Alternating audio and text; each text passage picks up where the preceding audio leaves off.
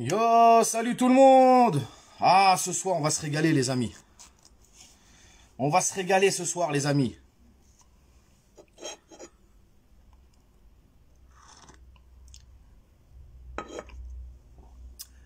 Salut tout le monde, salut, salut, salut.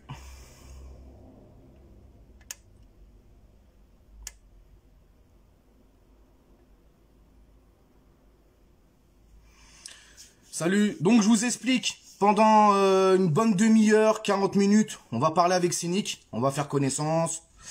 Savoir ce qu'il pense du PSG, son parcours aussi, parce qu'il a joué au football aussi, faut le savoir. Un peu son parcours, ce qu'il pense du Paris Saint-Germain actuellement, depuis le rachat des Qataris et tout. Bref, on va bien discuter, tout ça et tout. Mais c'est pas grave, il y a un match retour, Kevin. Et ensuite, je ferai monter 2-3 têtes, histoire de papoter avec lui, tout ça, et puis voilà. Loris, je t'ai mis modérateur, hein. Salut JF.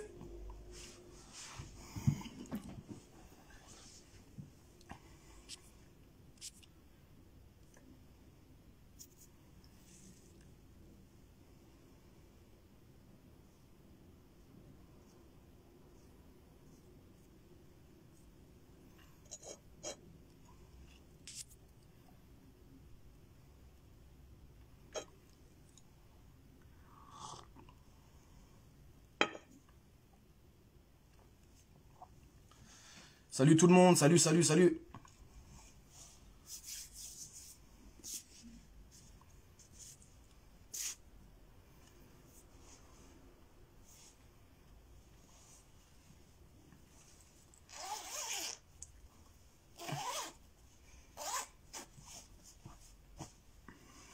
Le live, il sera en rediff, hein, les gars.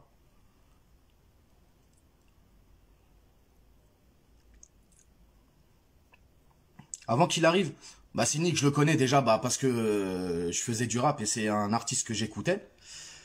Et à côté de ça, je l'ai croisé 2 fois, mais il y a très longtemps. Une fois en studio, une fois dans un concert. Et là, tout bonnement, j'ai envoyé un message au culot, comme ça. Salam Tarikou. Ça comme pour tous ceux qui viennent de casser le jeune. Ouais, je disais JF. En gros, j'ai envoyé un message au culot, comme ça. Salut Nana. Et il m'a répondu favorablement. Il m'a dit qu'il n'y avait pas de souci, que c'était un plaisir de parler du PSG, etc. Why not? Donc voilà, on a trouvé un jour où il était libre, où j'étais dispo aussi. Puis voilà, ça sera ce soir, tranquillement. Donc voilà, on va discuter, on va papoter. Salut Guston.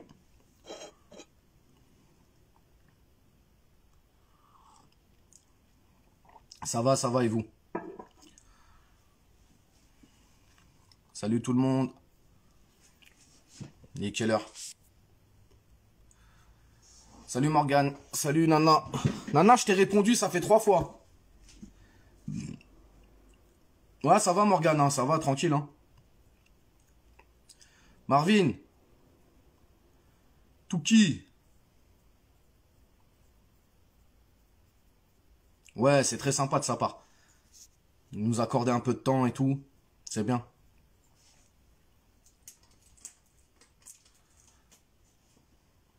Salut Hilario. Donc les amis, là on se fait le live avec Cynic, tranquille. Et puis une fois que le live sera fini, je coupe. Je mange un petit peu, tout ça et tout. Et je relance un live après, tout de suite après.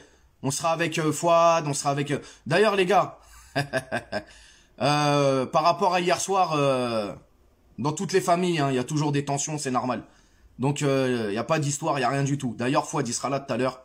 Donc voilà, c'était juste pour remettre les choses dans l'ordre. Parce qu'on connaît, hein, il y en a, ils aiment bien faire des histoires, etc. Donc voilà. Salut Seb.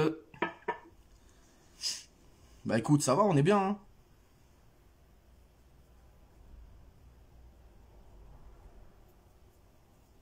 Bon, et hop, toi tu dégages.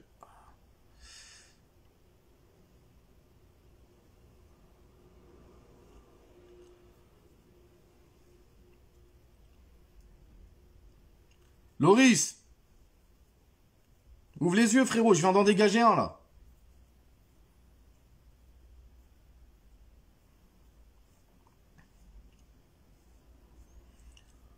J'attends que tout le monde monte, tranquillou. Ah c'est bon, tu l'as viré, au calme.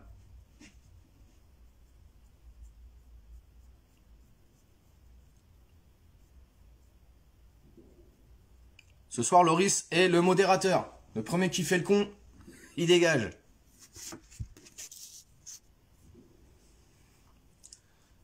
Les gars, j'accepte personne. J'accepte personne, là. Je n'accepte personne. Me demandez pas de monter, j'accepte personne.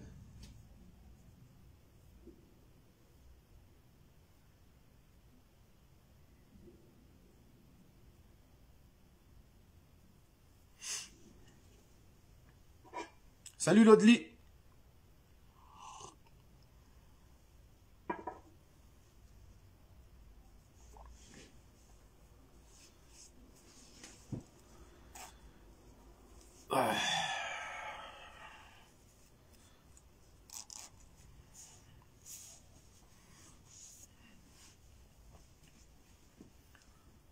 Bah tout qui, je sais c'est qui frérot, je suis pas stupide.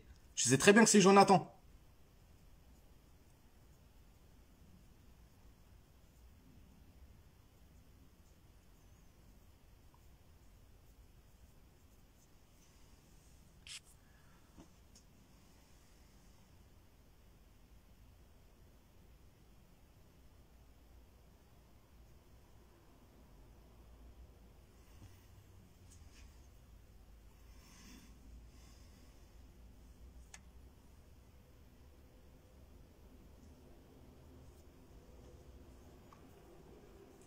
Tranquille les gars, il va se connecter. Merci Morgane, merci.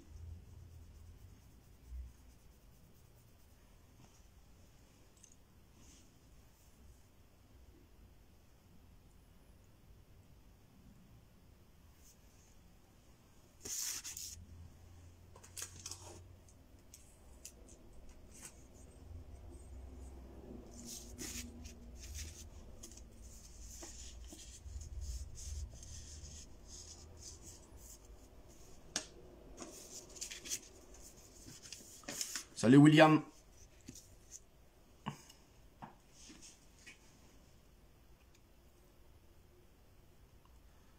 Salam Paquito. Wesh Paquito, ça date.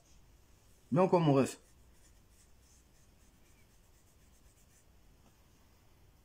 Alaykoum salam Hamidou, ça va ou quoi?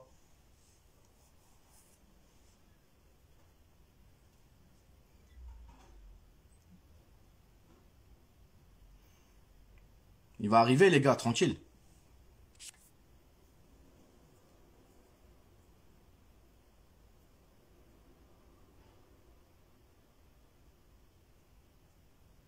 Salut Rai, salut. Salut tout le monde.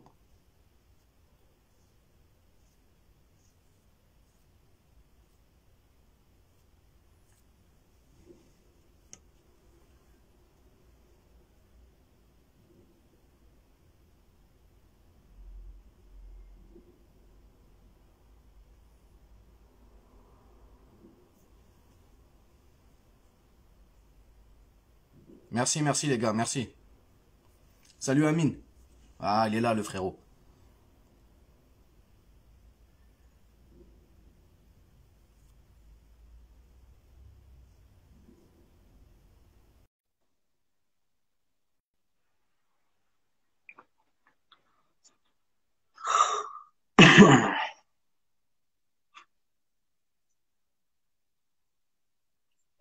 Pile à l'heure. Salut Jenny, salut tout le monde.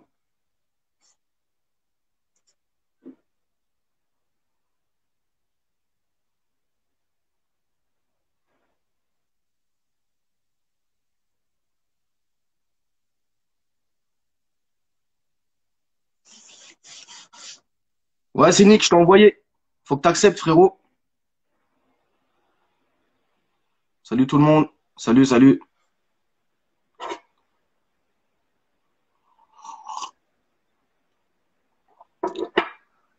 Salut Sky.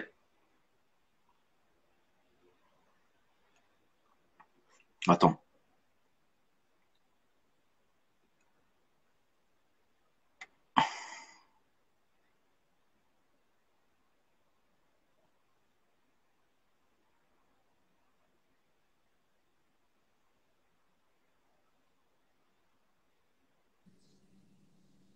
Ouais, mon frère, Salem. Salam mon frérot, comment va? Ça va, alhamdoulilah, et toi? Ouais, tranquille, tranquille frérot. T'as Tu me été vois ta là? journée? Je suis dans la voiture là, je sais pas si t'as assez de lumière. Ouais, après, non, ouais, ça va, on te voit un petit peu. Sinon, allume comme tu veux, frérot. Ouais. Attends, bouge pas mon ref. On va mettre le contact, hein, ça va aller plus vite. Ils me disent c'est mieux. Ouais, c'est mieux. Vas-y, Bah, tout. tout d'abord, mon frère, merci de m'accorder un peu de ton temps pour parler un peu de football et du Paris Saint-Germain. Donc, au nom de toute la communauté et de moi-même, c'est un grand honneur de t'avoir ce soir avec nous. Avec plaisir mon frérot, avec plaisir, t'inquiète. Y a pas de souci, c'est Donc, toujours un bah ouais, en plus, c'est ce que tu me disais et tout, justement. Donc, ouais, ça fait grave plaisir. Donc, bah, déjà, pour commencer, il me semble que toi, t'as un parcours foot, t'as fait du football, toi, à un petit niveau quand même. ouais, un petit niveau local, on va dire. J'ai joué en DH pas mal d'années. J'ai fait 15 ans de foot. J'ai commencé aux Ulysses. J'ai joué ici le Moulineau dans le 92. Et puis ouais, j'en ai bouffé du ballon. Après, à un petit niveau, quand tu dis ça, c'est c'est Non, relatif, quand je quoi. dis un petit niveau, t'as joué un CFA, non? J'avais entendu CFA ou un truc comme ça, non? Non, à une époque, on faisait les sélections équipe de l'Essonne, etc. C'est pour ça que je te dis un petit niveau, oui, parce que DH, quand on était jeune, c'était un très très bon niveau. Mais Ouais, après, DH, bah, ouais. on n'est pas allé non plus super super haut, tu vois. Mais en tout cas, en jeune, ouais, on a joué un bon petit niveau sympa, quoi. Et je crois, t'avais Patrice Evra dans ton équipe en plus. Ouais, effectivement, ouais. Ouais, c'est ça, aux Ulysses. Et il y en avait un autre aussi qui est un peu moins connu, qui à mes yeux était beaucoup plus fort, qui s'appelait Cyril Eboki, qui a fait une carrière, qui a joué à la SCAN, mais qui n'a pas eu la carrière qu'il devait avoir. Mais pour moi, le plus fort vraiment avec qui j'ai joué, c'était lui. Et ouais, tu l'as dit, ouais, Patrice Evra, ouais. Ok, ok. Bonsoir à tous. Euh, Je vois les messages là, je suis en train de saluer tout le monde. Bonsoir à tous.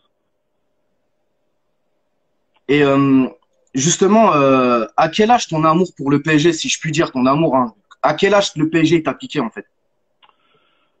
Moi, mon premier souvenir avec Paris, c'était un PSG Auxerre qui date de Bruno Martini et Joël Batz, où j'y étais allé Ah avec ouais. mon père.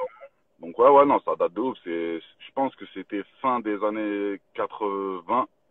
Ça devait être avant 90, c'est sûr. Et Ok. voilà, premier souvenir au parc avec le daron, j'étais comme un ouf, ambiance de ouf. Il y avait eu un partout, je m'en rappelle.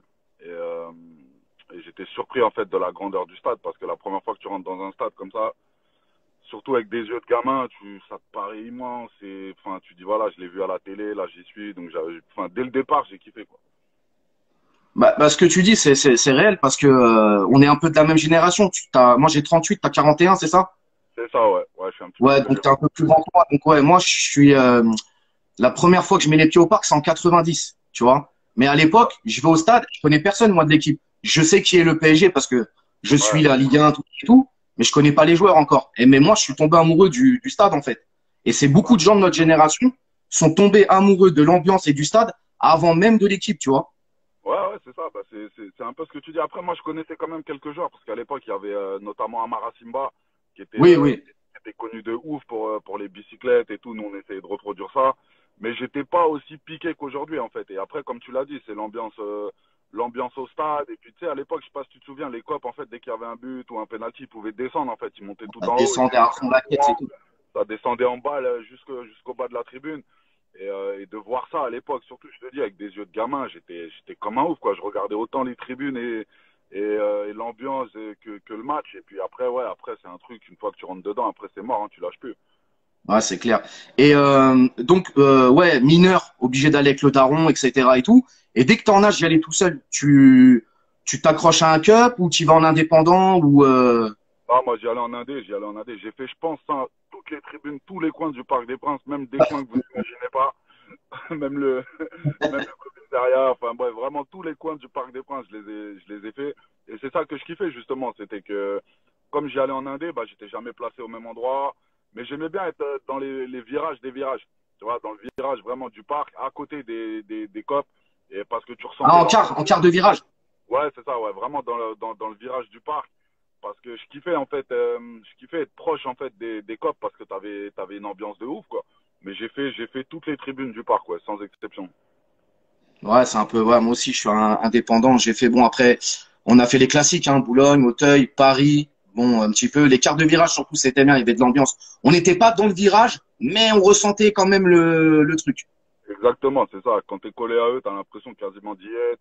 J'aimais bien aussi être pas loin du COP des supporters adverses, en fait, pour pouvoir les insulter, m'embrouiller avec eux, tu vois, faire nos petites caderies. Mais j'aimais bien. Enfin, moi, j'ai toujours kiffé aller au parc, peu importe où je suis, tant que je suis au parc, en vrai de vrai, je suis bien. Ouais, c'est clair. Euh, Quand le Qatar arrive sur Paris, et parce que nous, bon, t'as connu les années, peut-être les fins les Daniel Echter, t'as connu la fin peut-être. Ouais, Après, on a ouais, connu Canal+ ouais, et ouais. Colonie Capital. Il y a eu les années Canal, ouais, il y a eu, après, il y a eu Colonie Capital, et après, il y a eu le Qatar, À le rachat. le rachat. Et quand les Qataris arrivent sur Paris et bon, comme beaucoup de Parisiens, tu as entendu, au début c'était au stade de rumeur qui est passé après au réel. Quand tu Ouais. entends que les Qataris arrivent pour investir sur, alors je crois à l'époque c'est 38 millions d'euros ils l'achètent le club, hein. Une poignée de pain, hein, une bouchée de Ouais, pain c'est le misère, club. c'est misère quand tu vois ce qu'il vaut Tu, aujourd'hui. C'est misère. tu vois ça d'un bon œil ou tu te dis ah on va droit dans le mur ou pour toi c'est quelque chose de bien en fait. Moi, honnêtement, sur le coup, je vois ça que d'un bon oeil parce que je connais pas encore la politique du club, je sais pas où ils veulent l'amener, mais en tant que supporter, je me dis, on a connu des années tellement noires, là, on est racheté, on n'est pas bête, on sait qu'on va avoir grave de l'oseille, donc quelque part, on sait que là, on va passer dans un autre monde. Et on commence à rêver en fait. On commence à rêver parce qu'on se dit bah je pense qu'on l'a mérité. T'as vu, c'est quand t'es là depuis Ah longtemps frérot. comme nous, on a traversé trop d'époques, trop de choses, mais des choses sombres. T'as vu, il s'est passé des trucs de fou dans ce club. Et là je me dis bah on va kiffer un peu, on va kiffer. Mais sur le coup, je suis pas au courant de la politique, je sais pas encore comment ça va se passer dans le club. Après j'ai un peu déchanté après par la suite parce que bah je pense qu'on en reparlera au cours Ouais, de justement on va en parler un peu plus après et tout. sur le coup, je suis content. Sincèrement, je vais pas mentir. Sur le coup, je suis content parce que je me dis, on va avoir enfin une grosse. Tu sais, moi, je me souviens d'une époque où ça chantait une équipe à Paris. Et là, je me dis, on va l'avoir, l'équipe, tu vois. Donc, sur le coup, je kiffe, quoi. Ah, c'est clair, c'est clair. Après, je pense là où ça a fait, bon, après, il y a eu Plan Le Pro aussi qui a fait beaucoup de mal. Là, c'est en interne par rapport aux supporters. Donc, il y a une scission Ouais, où les ouais, anciens bah, sont partis, etc. On a attendu 2016 pour qu'ils reviennent. Alors, c'est des ultras, mais plus jeunes. Les anciens, bon, soit ils sont à PFC, soit beaucoup sont Red Star aussi. Mais ouais. ouais, le truc, comme tu disais, c'est que la grande majorité voit ça d'un bon œil. Mais à côté de ça, on a eu des exemples autour de nous dans le monde du football où les mecs venaient, mettaient des quichetas incroyables. Et tiens, on l'avait vu avec Malaga, on l'avait vu avec pas mal de clubs comme ça. Et au final, ça coulait. Donc, ouais, c'est bien, tu l'as vu d'un bon œil. Euh, Toi, sur ces, ça fait maintenant 12 ans, 11 ans, 12 ans qu'ils ont racheté le club. Ouais, ça. Le bilan de tout ça, tu le vois un peu comment? Ah, je suis comme tout le monde, hein, je suis mitigé de ouf parce que, bah, on va pas se mentir. En fait, il y a eu plusieurs choses. D'un point de vue national, je pense que, bah, on a franchi un cap de ouf et que on a enchaîné les titres. Faut pas oublier que quand ils arrivent, on a deux titres de champion. Hier, on a fêté le 10e, donc on a pris 8 titres en l'espace de quoi, de 11 ans, un truc comme ça. Mm. Donc, d'un point de vue national, c'est mortel. Puis, on a eu des vrais matchs. Et puis, taper Marseille aussi, c'était un plaisir de leur mettre des 5-1, des trucs. Tu vois, j'avais vraiment. En France, j'étais vraiment satisfait. Après, en Europe, c'est autre chose. La Ligue des Champions, c'est tout ce qui suffit pas de mettre des milliards pour la gagner. Et il y a eu énormément de déceptions. Il y a eu énormément de désillusions. Et pour moi, tu vois, il y a perdre et perdre. Et il y a des matchs qu'on a perdus, bah, pas plus tard que le dernier au Real, où c'est des défaites que tu comprends pas, en fait. Et du coup, ça laisse un goût amer parce que tu te dis, on a une putain d'équipe, mais on n'arrive pas encore à franchir ce truc de la Ligue des Champions où déjà on ramène la coupe. Et puis, au-delà de ça, même dans la manière de perdre, parfois, il s'est toujours passé, il y a toujours eu des événements de ouf, quoi. Tu vois ce que je veux dire? La première année, on perd sans perdre contre le Barça. Je crois qu'on fait 2-2 au parc et un partout là-bas. Il y a eu la main de Kipembe, il y a eu la remontada, il y a eu la remontada du Real. Enfin, il se passe toujours. C'est jamais des défaites où tu es tranquille et tu dis, bon, bah, Manchester ça va. aussi? Ouais, Manchester, moi, la main de Kipembe, enfin, je veux dire, il y a qu'à nous que ça peut arriver, un truc comme ça. La balle, à la base, elle part dans la tribune, la balle. Et au final, C'est ça se clair. transforme en penalty à quoi, 2 minutes de la fin. Il y a toujours eu des scénarios un peu catastrophiques comme ça qui font que, en Ligue des Champions, ça laisse un goût amer de ouf parce que, comme je te dis, il y a perdre et perdre. Tu vois, tu fais 3-2 au parc et tu perds, je sais pas moi, 3-1 au retour. Bon, bah, tu te dis ça passe. Mais les scénarios, ils ont été cruels de ouf avec nous depuis, depuis 11 ans. C'est clair. Mais je voulais revenir sur un truc que tu as dit tout à l'heure et qui était véridique. J'ai beau chercher en France, hein, alors en Europe oui sûrement, mais en France, je n'ai pas le souvenir d'avoir connu un club qui a autant souffert que le PSG. C'est-à-dire même les morts qu'il y a eu, les histoires, le plan le coup. Je pense qu'on est vraiment le club en France qui a vraiment le plus souffert en termes sportifs, en termes extrasportifs. Et c'est important de le souligner, ça, quand tu le disais, tu vois. Ouais, non, mais c'est ce que je te dis, c'est que on a une poisse de ouf en Ligue des Champions, elle nous colle à la peau et encore il y a très peu de temps, hein, la dernière élimination, c'est tu te dis en fait on n'arrive pas à franchir ce cap, tu vois, et c'est ça qui me laisse des regrets. Alors oui, il y a eu la finale, mais dans un contexte un peu particulier, on va pas se mentir, l'année d'après on fait une demi. Tu vois, moi je commence à espérer, je me suis dit là déjà on est que dans le dernier carré. Ça veut dire on a franchi un truc et puis là t'as vu là tu reviens tu ressors en huitième. Tu mènes un zéro à la mi-temps, il te reste 45 minutes à tenir, tu as 2 buts d'avance, tu prends 3 buts en 17 minutes, tu vois l'équipe qui commence à paniquer, tout ça. Donc ça, c'est l'ADN PSG en Ligue des Champions, hein, tu vois. Ouais, On c'est peut clair, rien c'est faire. clair. Et justement, vu qu'on parle du rachat et jusqu'à aujourd'hui, est-ce que tu penses, en tout cas, c'est un peu la tendance et quand je parle avec les gens, on est un peu d'accord là-dessus. Est-ce que tu sais au début, quand ils arrivent, qu'ils rachètent, que Leonardo est nommé directeur sportif et tout, est-ce que t'as pas eu l'impression que le projet était cohérent et d'année en année, on a complètement délaissé le sportif au détriment de vendre des maillots dans les pays asiatiques, dans les pays de je sais pas où, d'ouvrir Ouais, des boutiques à tire-larigot. c'est ce que je te dis, c'est qu'au départ, sur le papier, quand tu vois le projet, en plus tu te dis il est cohérent parce que bah, Leonardo c'est un ancien de la maison. Même là avec Pochettino, tu te dis putain on a deux mecs qui ont joué sous nos couleurs, donc sur le papier c'est super cohérent. Après moi je suis archi pas d'accord avec la politique. Moi enfin ce qu'ils n'ont pas compris au sein du club, c'est que nous les maillots on en a rien à foutre. Les maillots roses, les maillots oranges, les maillots jaunes, déjà on a nos couleurs, on aimerait bien qu'elles soient respectées à chaque fois et qu'on ait minimum tous les ans un maillot blanc, on va dire extérieur PSG classique et un maillot avec nos couleurs à domicile. Voilà, et puis après, ouais, je pense qu'on a tous compris qu'en fait l'intérêt, bah, c'était aussi c'était de faire du commerce en fait, tu vois. Et c'est là où ça nous dérange un peu, c'est que nous on est juste des supporters et tout ce qu'on veut au final, c'est bien figurer en Europe, c'est que tu vois qu'on franchisse ce fameux palier, etc. Et je pense on a tous un peu déchanté quand on a compris un peu la politique. Et là, je vois, ils ont ouvert une boutique à New York. Tu vois des trucs qui sont vendus, moi ces trucs-là, Des trucs de chantier et tout. ouais, trucs de chantier orange avec des logos du PSG, tout ça. Tu vois, ça c'est tout ce que je déteste en fait dans la nouvelle direction. Et c'est là où je te dis, là je suis plus le délire parce que moi, je pense que quand tu gères un club, surtout comme Paris, ce qui compte avant tout, c'est le sportif. Et il y a eu des Mm. choix qui ont été très, très bizarres. Moi, Beckham, j'ai beaucoup de respect pour lui. Buffon, pareil. Mais de prendre des mecs comme ça qui sont en fin de vie juste pour vendre des maillots et juste parce que ça va te permettre de vendre des droits en Chine ou je sais pas où. Nous, en tant que supporters, on en a rien à foutre de ces trucs-là, tu vois. Donc, c'est là où je pense qu'ils ont toujours pas compris. C'est là où je pense, et c'est pour ça qu'on en est là où on en est aujourd'hui et qu'on a des grèves comment dire, des encouragements, que les mecs ils boudent parce qu'à un moment on en a marre aussi. On en a marre. On veut pas juste être une vitrine. On veut être un club respecté en Europe. Et pour ça, il y a des choix à faire. Tu vois, il y a pas assez d'autorité au PSG par exemple. Tu vois, les joueurs on les laisse faire ce Ouais, qu'ils c'est veulent. clair. On prend alors que moi, qui que tu sois, je me dirais, bah, je suis au club, tu joues mal, tu dégages. Tu fais comme tout le monde, tu vas sur le banc, tu t'entraînes, tu montres que tu as envie. Et voilà, et nous, le problème, c'est qu'on a des joueurs, ils sont tellement connus, c'est tellement des stars, que dès qu'ils sont pas blessés, ils sont obligés de jouer, quoi qu'il arrive, peu importe leur niveau de forme. Tu vois, il Ça y a manque, beaucoup d'anomalies dans la gestion. ça manque de méritocratie, en fait, dans les gens qui doivent jouer dans cette équipe. Ça Bien au sûr. mérite. Et dans tous les clubs, c'est comme ça. Et dans tous les grands clubs, c'est comme ça. Qui que tu sois, si t'es mauvais, si t'as merdé, si t'es pas dans l'état d'esprit, tu joues pas. Et tu fais comme tout le monde. Tu vas t'entraîner et puis ça va revenir et puis tu vas rejouer. Mais nous, il y a des mecs qui sont sur la feuille automatiquement. Et même tous les coachs qui sont partis du PSG, ils l'ont plus ou moins dit. Qu'en gros, ils ont pas la main libre et que, quand il y a Messi, quand il y a Neymar, quand il y a Mbappé, les mecs, ils sont obligés de jouer.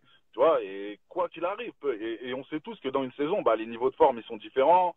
Tu vois, c'est ça que je comprends pas en fait dans ce club, c'est que il devrait y avoir plus d'autorité, moins de passe droit pour les stars, moins de maillots vendus à l'étranger et des choix plus cohérents, tu vois, dans le recrutement. Des fois, faut pas hésiter aussi à viser en Ligue 1. Nous, j'ai l'impression qu'on peut acheter qu'en Italie. Il y a plein de trucs comme ça que j'ai du mal à comprendre. Bah après, c'est vrai que Leonardo, tu sais, de toute façon, c'est pas toi que je vais l'apprendre. Leonardo a été aussi joueur en Italie, donc il a un énorme réseau là-bas. Il a aussi, je Ouais, crois, comment on appelle ça? Il a agent aussi à côté, je crois. Lui, il a une boîte d'agence et tout, qui est en ouais. Italie, donc il est très, très, très familier avec beaucoup, surtout Raiola, qui est son meilleur ami, avec qui lui a fait bouffer des commissions à tire-larigot et tout. Donc ouais, c'est vrai que les passes droits. Mais après, il nous a ramené des pépites hein, quand même en Italie. Oui, Attention, on oui, n'est pas bien contre sûr. l'Italie. Hein. Quand il va chercher Thiago Silva ou Ibra ou des mecs comme ça, on s'est pas plaint. Mais je te dis, des fois, localement, t'as des bons trucs. Tu vois, je regardais tes stories tout à l'heure. Tu parlais de Seko Fofana. Moi, ce joueur-là, je le kiffe, mais de fou malade. Il est fort. Il est, C'est un Lensois, je pense on est tout à fait en mesure de le prendre. Et puis rien que le match qu'il fait encore hier contre nous, le mec, il est super chaud ce mec-là. Et À lui tout malheureusement, seul, il a géré le milieu lensois et il a géré notre milieu aussi. Gay, il l'a mis dans sa poche hier. ah ouais, non, mais c'est ce que je te dis. C'est pour ça que, tu vois, là, on va aller chercher un Pogba. Alors ouais, moi, Pogba, pareil, j'ai rien contre lui. C'est un bête de joueur, Pogba.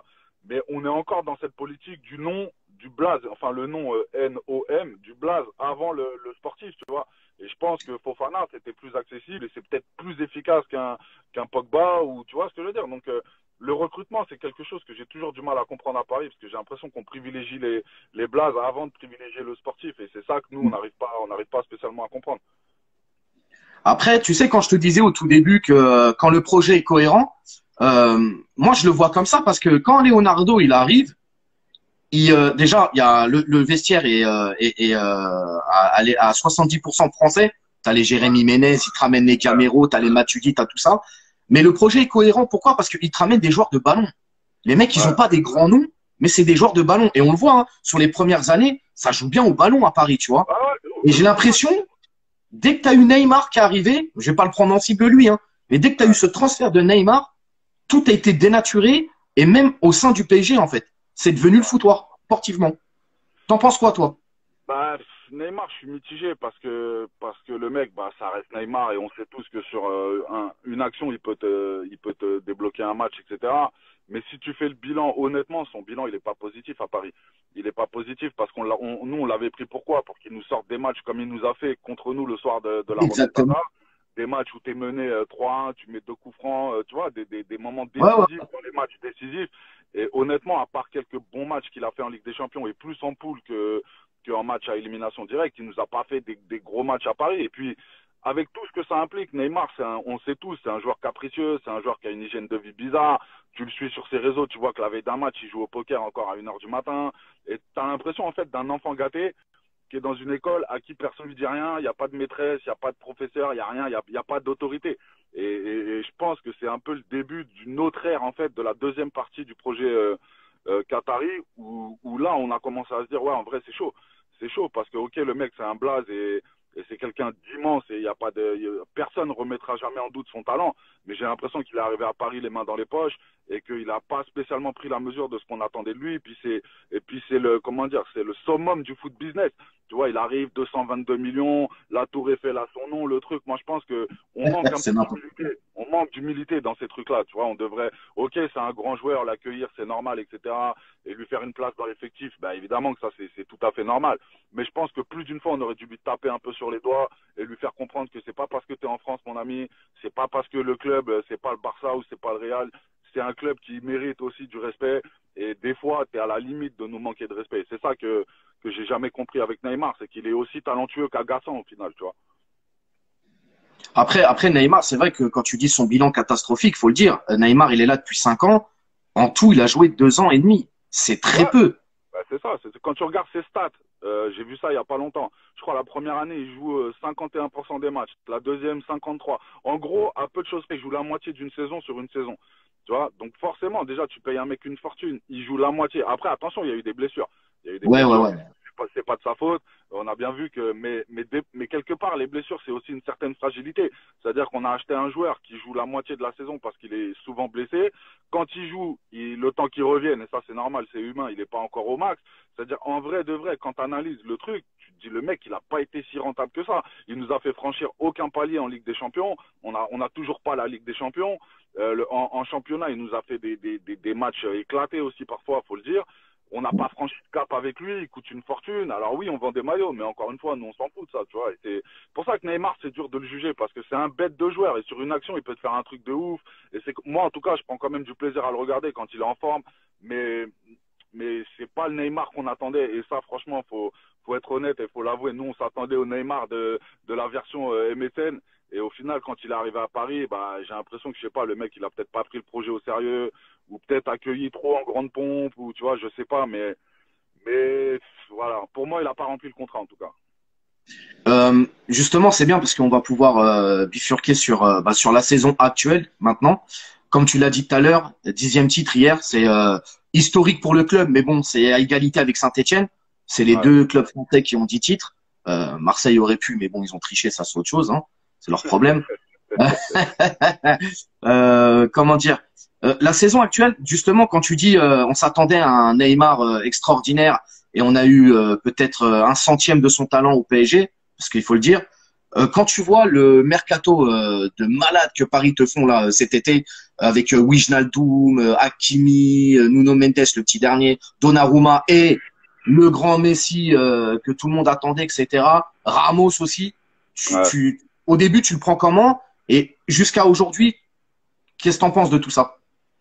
J'en pense la même chose que ce qu'on dit depuis tout à l'heure. Au départ, sur le papier, ça fait rêver de ouf, parce que tu as à la fois des jeunes, tu prends Hakimi, tu prends Nuno Mendes, tu prends Donnarumma, qui sont jeunes, qui sont talentueux, et en tout cas pour moi, Hakimi et Nuno Mendes, c'est vraiment une réussite de ouf en termes de recrues. Ouais, Après, tu prends Ramos, tu te dis le mec, Ramos, c'est un monument, mais on savait pas qu'il allait jouer 10 matchs dans l'année, dans toute l'année. Il a été durement touché par les blessures. Tu prends Messi, bon, on savait qu'il y aurait un temps d'acclimatation, mais honnêtement, on va pas se mentir, Messi, c'est comme Neymar, on s'attendait à beaucoup mieux. Quand bah tu oui. t'appelles Messi, là, il doit être à quoi? 5 buts, un truc comme ça. Tu t'attends à mieux, forcément. Tu t'attends à ce qu'il fasse la misère à tout le monde. Tu t'attends à ce que, en Ligue des Champions, par exemple, quand on est mené et qu'il y a un coup franc à la 90e à Madrid, tu t'attends à ce qu'ils le mettent. C'est pour ces moments-là qu'on les a pris, ces mecs-là. Et ils sont plus aussi décisifs. Donc, en vrai, quand je vois le recrutement, je suis content. Et après, bah, comme tout le monde, hein, je déchante quand je Des vois la illusions. saison. Bah ouais, parce que déjà, tu comprends que Ramos, il a un mollet éclaté et que ça va être très très compliqué. Le mec, il joue très très rarement et c'est dommage parce que regarde, là en ce moment, il enchaîne un peu. Ça doit être la première fois de la saison qu'il enchaîne les matchs. Et le mec est vraiment, lui, c'est ce qu'on Ouais, il est attendait de bon. lui. Il est bon, il est rassurant, il est encore là. Le mec, il est présent et puis voilà, il en impose. Donc, il est satisfaisant quand il joue, mais il a quasiment pas joué de la saison. Donc, on peut dire que c'est un échec. Messi, pareil, on s'attendait à mieux. Donnarumma, moi je l'adore, il n'y a pas de souci, mais c'est quand même lui qui fait la boulette à Madrid et c'est lui qui nous met dedans. Donc, tu vois, mitigé encore une fois, mais comme quoi des noms, c'est pas forcément une grande équipe, hein, recruter des noms. Donc, mais après, Hakimi et Nuno Mendes, franchement, moi je suis très satisfait parce que les mecs, ils sont super chauds. Les deux là, ils sont bouillants. Et tu vois, regarde, c'est pas anodin, hein. On en a oublié un et il est fantomatique comme sa saison, c'est Wijnaldum, le pauvre. Ouais, Personne Wijnaldum. n'en parle, mais il Ouais. est, Ah, moi mais pour lui, moi, c'est il est pour moi, méconnaissable. c'est le plus gros des échecs du recrutement de cette année parce que il arrive avec une étiquette de mec pilier à Liverpool. Tu vois, t'as Klopp, tu dis que du bien de lui. Ouais, c'est un de mes meilleurs joueurs, machin, ceci, cela. Le mec, il arrive avec un vrai statut quand même, tu vois. Et franchement, des 5 qu'on a pris là cet été là, c'est carrément le plus décevant parce que je pense que tout simplement notre jeu il est pas fait pour lui. Je pense qu'il s'est jamais acclimaté à la Ligue 1, au style de jeu en France. Il y a un truc qui va pas avec lui. C'est un bon joueur, hein, c'est pas pour le critiquer, c'est un bête de joueur. Mais tu vois clairement que cette année ça l'a pas fait et franchement j'ai peur qu'il s'impose pas et que dans allez un an peut-être l'an prochain ou même peut-être même cet été on va le vendre à Bolton, on va le vendre dans un club chelou, tu vois, où il va retourner à Liverpool. Mais en tout cas, chez nous, il n'a pas réussi. Donc, ça fait beaucoup dans un recrutement où tu as 5-6 joueurs, tu en as 2 qui sont vraiment, vraiment satisfaisants. Le reste, c'est mitigé, voire nul. C'est compliqué. Hein. Donc, encore une fois, tu vois, voilà, le recrutement, c'est bien, mais il faut toujours attendre de voir ce qui va se passer dans la saison parce que qui que tu prennes, il n'y a que le terrain qui va parler au final. Après, Ramos, à sa décharge, alors oui, moi je pense que il se savait cramer, mais tu sais, quand tu as un sportif de haut niveau, c'est dur d'accepter Bien sûr. et de s'écouter quand ton corps il peut plus et que tu as encore la niaque. Mais c'est vrai que quand tu regardes la saison avant qu'il vienne, il fait que 4 matchs en 2021 avec le Real. Normalement, Ouais. ça te met la puce à l'oreille. Et le Real, à côté de ça, quand lui, il veut signer 2 ans et que le Real lui dit non, on propose un an et que ça capote, Paris, pour moi, ils ont fait l'erreur là. Tu vois, ils auraient dû anticiper. Et le fait Bien de le prendre, encore une fois, comme tu disais, pour les maillots, Messi, je pense Messi, hein, Paris ne pensait pas qu'il allait avoir une méforme comme ça pendant un moment. Je pense que ouais. quand ils prennent Messi, ils se disent il va tout niquer sportivement. Mais tu vois, ça a été très compliqué. Mais je suis d'accord avec toi déjà parce que Ramos, moi j'en parlais à l'époque avec des potos à moi et le débat en fait moi c'était de leur dire les mecs, le mec c'est un monument du club. S'ils le laissent partir, c'est qu'il y a une galère. C'est qu'ils savent quelque chose que nous on sait pas. Et je pense qu'ils devaient savoir qu'il était cramé physiquement, que son mollet il tenait plus. Et pour moi, un mec comme Ramos, s'il n'a pas d'anomalie, s'il n'y a pas de blessure, il finit sa carrière au Real. Et quand j'ai vu la facilité avec laquelle ils l'ont lâché, moi mon débat à l'époque c'était ça. Je me disais le mec ouais c'est un blaze, mais attention, ça cache une carotte c'est sûr. Et je te jure que je me suis pas trompé parce que tu as vu le nombre de matchs qu'il a raté. Là, je te dis, c'est la première fois qu'il enchaîne les matchs. On est fin avril. Tu vois, on n'a pas pu compter sur lui sur toute la saison. Moi, je pense qu'au Real, il nous aurait fait grave du bien. Tu vois, c'est mitigé parce que c'est quand il est là, vraiment, je trouve qu'il fait le taf, mais il est trop peu, enfin trop peu là, quoi. Il est toujours absent. Et forcément, ouais, ça cachait une douille. Et je pense qu'à Paris, on est encore, tu vois, c'est là où on doit faire aussi un boulot aussi dans les coulisses, c'est que faut arrêter de prendre des mecs juste parce que c'est des noms, tu vois. Si le mec c'est un nom mais qu'il est en fin de vie et qu'il est mort et qu'il est cramé physiquement, faut pas le prendre. On s'en fout nous des maillots, les trucs, c'est pas notre délire. Hein. Nous ce qu'on veut c'est des mecs qui sur le terrain apportent.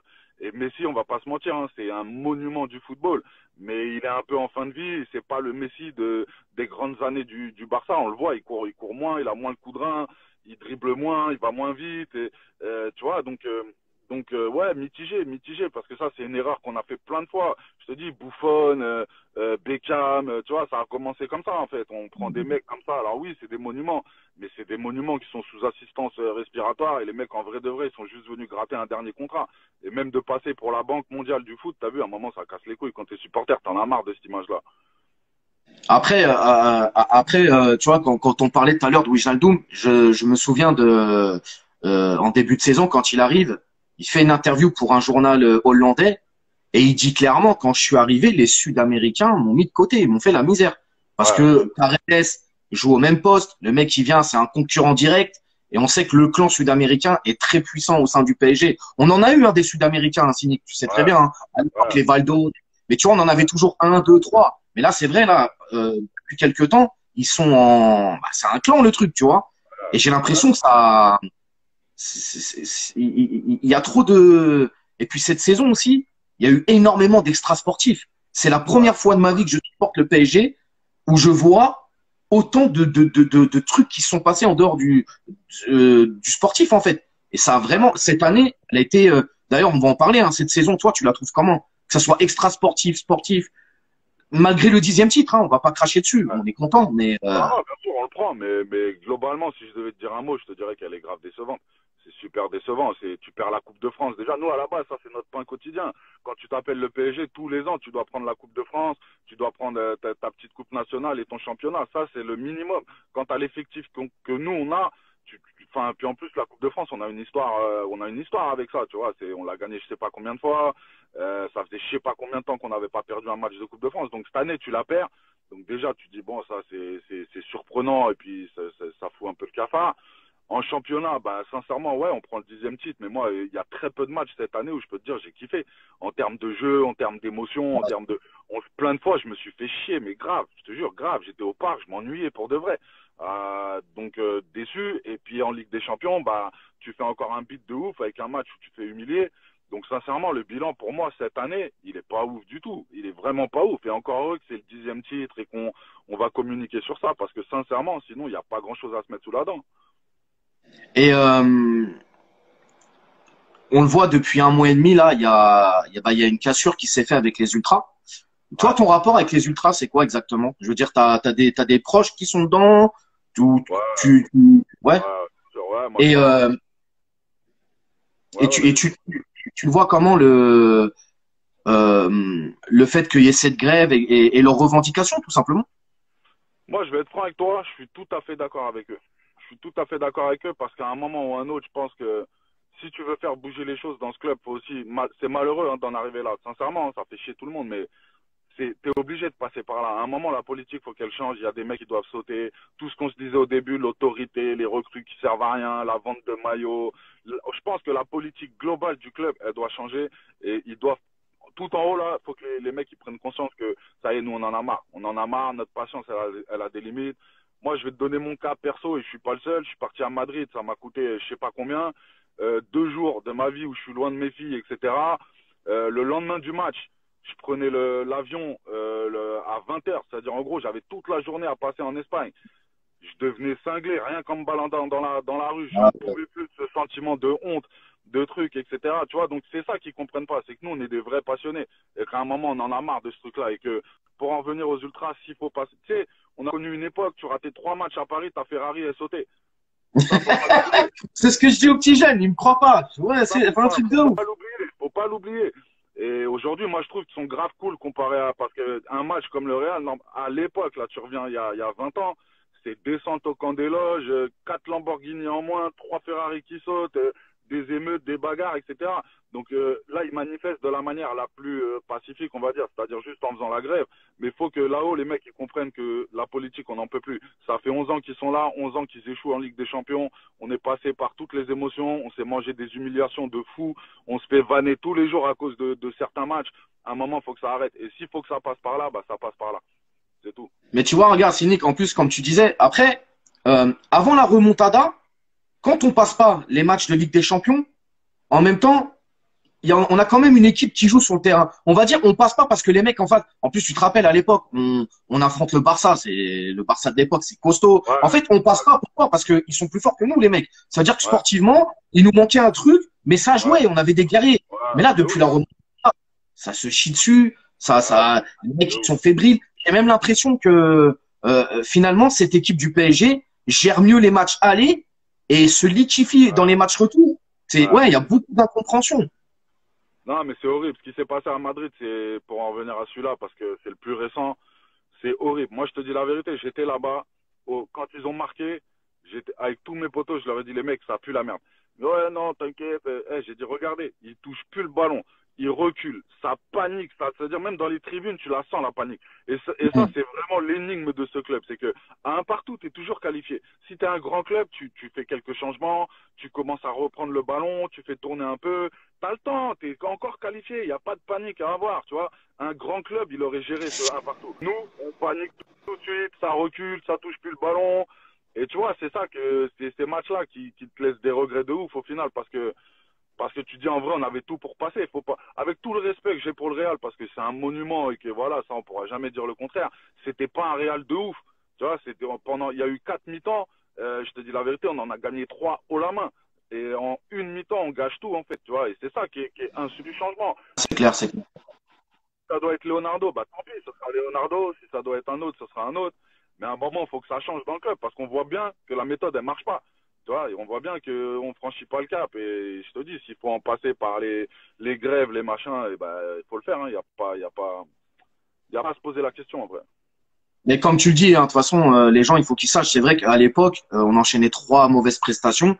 Ça attendait même les joueurs à la sortie du Parc des Princes. Les mecs, ils sortaient à 3 heures du matin, ils se cachaient dans les coffres des intendants pour sortir du parc. Tellement que c'était chaud pour eux. Violent, je sais pas. C'était violent de ouf. À une époque, c'était violent de ouf. Ah oui. Des mecs, des bons mecs en plus, qui se sont fait péter leur voiture au camp des loges, etc. Parce que Armand, Roten qui se faisait tirer les oreilles. Ouais. Non, c'était beaucoup plus violent. C'est pour ça que il y a peut-être des jeunes qui nous écoutent ou là qui nous regardent et qui se disent ouais ils abusent, etc. Mais si t'as pas connu cette époque-là où vraiment c'était dangereux de mal jouer au PSG, tu peux pas comprendre pourquoi nous on trouve ça tout à fait banal au final d'agir comme ça. Tu vas te dire ah les mecs ils abusent et tout. Non, ça dans tous les clubs c'est comme ça. Dans tous les clubs avec des vrais supporters, avec un vrai poumon de supporters, quand tu joues comme nous on joue en Ligue des Champions, c'est pas un truc qui peut rester anodin et vous allez prendre vos salaires et la vie elle continue. Nous on est des passionnés, on vit pour ce club. Les résultats ils influent sur le moral de la semaine. Je te jure, il y a des matchs, j'y repense encore alors qu'ils sont passés il y a 2 ans, 3 ans, je me dis encore, mais comment on a fait? Ils se rendent pas compte en fait de l'impact que ça a sur la vie des vrais supporters. Et à un moment, je te dis, il faut que ça bouge, il faut que ça bouge. Et s'il faut aller leur tirer un peu les oreilles, tranquille, on n'est plus dans les années 2000.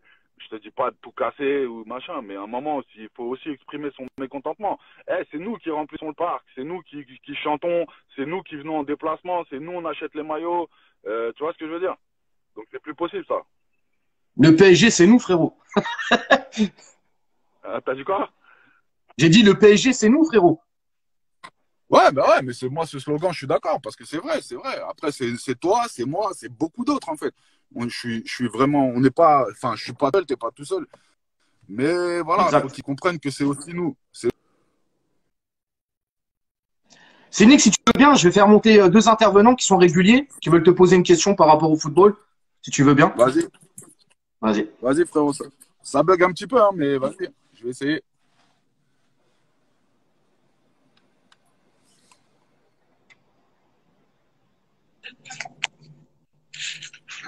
Alaikum, salam au pays. Salam, c'est Nick. Je te présente Fouad, qui est un joueur pro, qui a joué aussi à un très bon niveau et tout. Donc voilà, Fouad. Et là, il y a Tarikou qui va arriver aussi. Ok. Fouad, c'est Nick. Bah, vas-y, Fouad, hein, si tu veux poser ta question, frérot. Bah, franchement, ça fait plaisir. Ça fait plaisir de voir une icône du rap français vraiment parler. Tu maîtrises le sujet parce que ça fait depuis des mois et des mois que Copé parle de ce que tu dis. Et franchement, tu vois, un gars comme toi dire ça, bah franchement, ça fait chaud au cœur parce que tu as tout résumé. Tu as vraiment tout résumé. Et moi, je voulais en profiter aussi pour te poser des petites questions, tu vois. Parce que là, tu as parlé vraiment des vrais sujets qui en ce moment, ils sont un petit peu chauds. Moi, j'aurais juste voulu un petit peu te poser la question, comment tu vois l'avenir du club, tu vois, de notre club. Et niveau recrutement, tu verrais qui au sein du club, tu vois? Moi, sincèrement, bah déjà, merci frérot, ça fait plaisir. C'est gentil ce que tu dis. L'avenir, en fait, je suis mitigé parce que on a tous cette crainte et je pense que, enfin, si on est honnête, on se l'avoue, de se dire à un moment les Qataris vont en avoir marre, ils vont se barrer et après tu sais jamais à qui tu vas être vendu. Donc déjà c'est une espèce d'incertitude où on arrive à la fin d'un cycle. Tous les ans tu as des illusions, des humiliations, Ligue des Champions, tout ça. Donc déjà quand tu as un propriétaire comme les Qataris, tu sais jamais réellement combien de temps ça va durer, s'ils s'inscrivent vraiment à vie ou si à un moment ils en ont marre, ils vendent le club et s'ils le vendent à qui ils vont le vendre, c'est ça aussi la question. On peut redémarrer à zéro, donc ça c'est un peu l'incertitude, tu vois. Après moi si je m'écoute, je mets le paquet sur Fofana, je mets le paquet sur Tchouaméni. Tu vois, j'essaye de faire des doublures aussi à nos latéraux. Enfin, il y a des choses à faire. Il y a des choses à faire. Et après, je me pose la question de Neymar. Sincèrement, je te dis la vérité parce que j'ai peur que ce mec-là, c'est un tueur, mais j'ai peur qu'il catalyse trop il y a une vibe autour de lui qui est pas bonne. Et je me poserai en tout cas la question de savoir s'il a pas fait son temps chez nous et si on peut pas repartir sur un cycle peut-être moins bling-bling, tu vois, mais avec des vrais travailleurs. Parce que ce qui manque à Paris, c'est des mecs qui ont du cran, c'est des mecs qui ont des couilles, c'est des mecs qui se battent sur le terrain comme des chiens. Et tu sais, des fois, moi, je préfère perdre un match avec des mecs qui se tapent que de le gagner avec des mecs qui s'en battent les couilles.